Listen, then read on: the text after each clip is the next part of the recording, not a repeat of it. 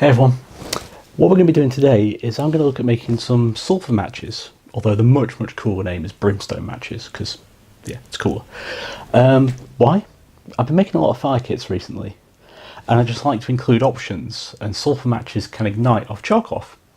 Admittedly, you can take that charcoal off, put it into a tinder bundle and blow it into flames, or you can use a sulfur match and make it flames that way. It just gives you another option, and I just like the idea of it. So all we're going to be needing is some sulfur. Sorry, does no one else have sulfur in their houses? I have a chemical cupboard. Chemical cupboard has great things in. And I'm really getting inspiration off David Canterbury. He did a video where he made these out of fat wood. Well, because I keep using up striking surfaces off matchbooks, we're going to be using regular matches. And like I said, I can use the red sulfur for another project further down the line. So, matches, sulfur, and a heat source. And something to heat it up on. It's as simple as that. So, let's go make some brimstone matches. So what we're going to need to do first is take this, what I believe is red phosphorus, off the end of these matches.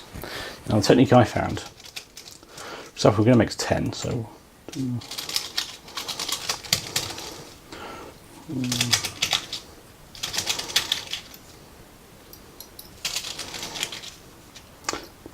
because obviously a match is more or less 4 sides.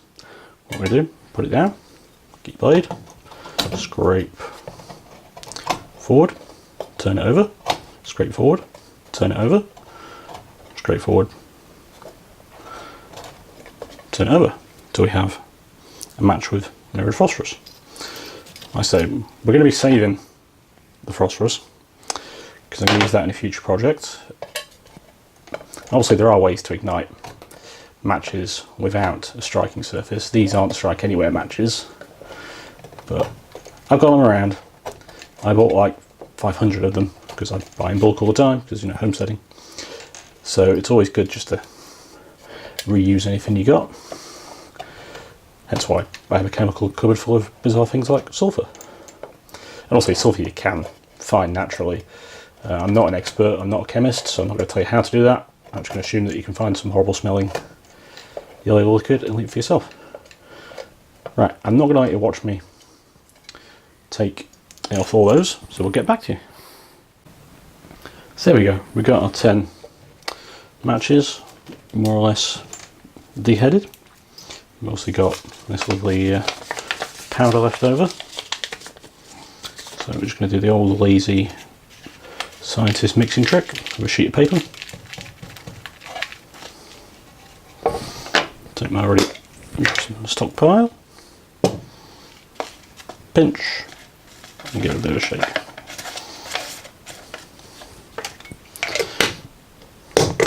So, there's our wood. Now, last time I did this, I just used the lighter and this delightfully disgusting looking spoon with all sulfur on it, but I think this time we'll try something a bit different. So hopefully that'll be close enough to cause some sulfur melt. Anyone's never seen sulfur before, you'll be very glad we don't have scratch and sniff YouTube. That's what the powder form looks like.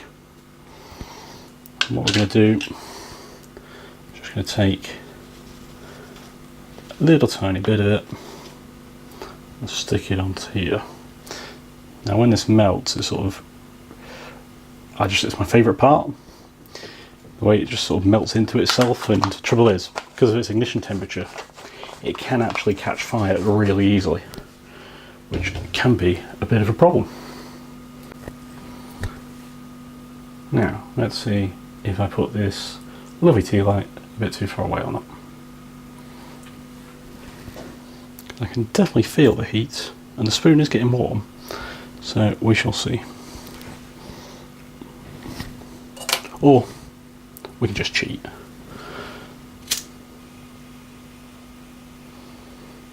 Because, you know, I'm on YouTube, I got time to play around.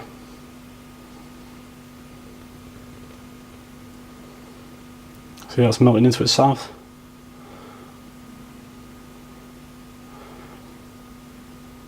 Now what I discovered about sulfur last time I did this was that it really likes to stick See that? There it is on fire. Can you see that? So we're going to blow it out and blow it everywhere.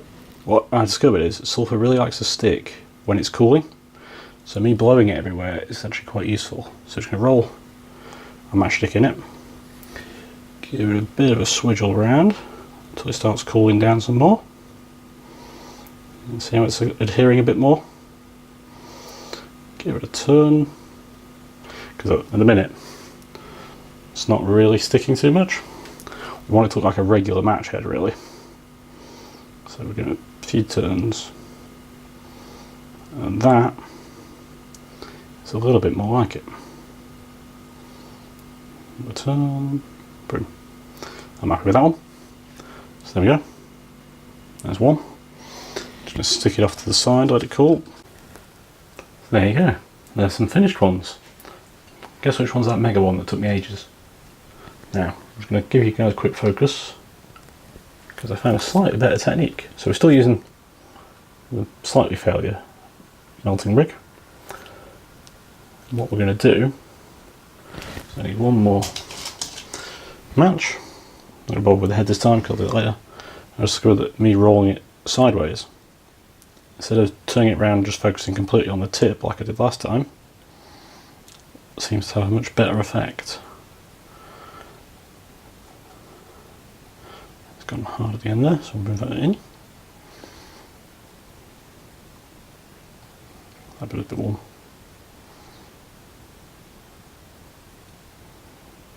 So yeah, doing it that way. Get on a focus camera, you may want to. Seems to be a bit better. So I've got an extra one. I guess we best test these. So the idea of these is that they're supposed to ignite off charcoal. So let's test that theory. Take out my fire kit, charcoal tin and ferro rod. There's the last batch of these that I made. So let's give it a go. You can stay there.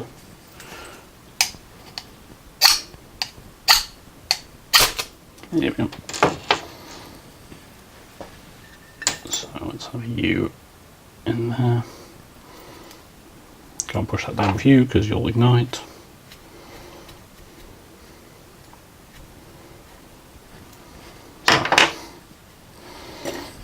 We've got a piece of chalk off. Zoom you guys in a little bit.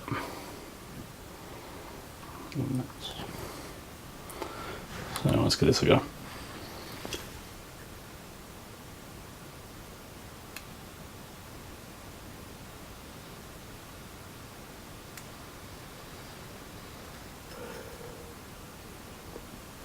Okay, well, I'm able to.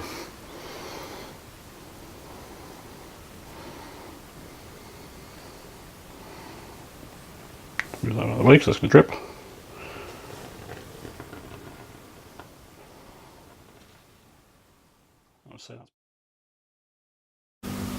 So as you may have noticed, that ignition was off camera. Noticed that when I was reviewing the footage, when I was editing it, so I thought I'd do a quick retake of it here for you guys. So just to prove it does work, I'm using a slightly different container this time. It's another sulfur match from the same batch. We're even using a different knife.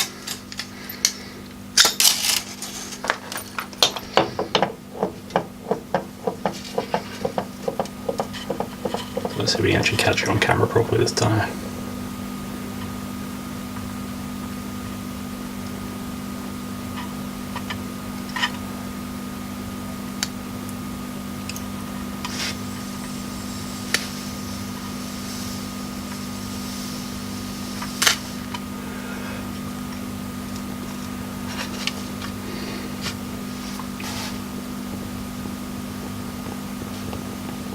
I would say that's a success.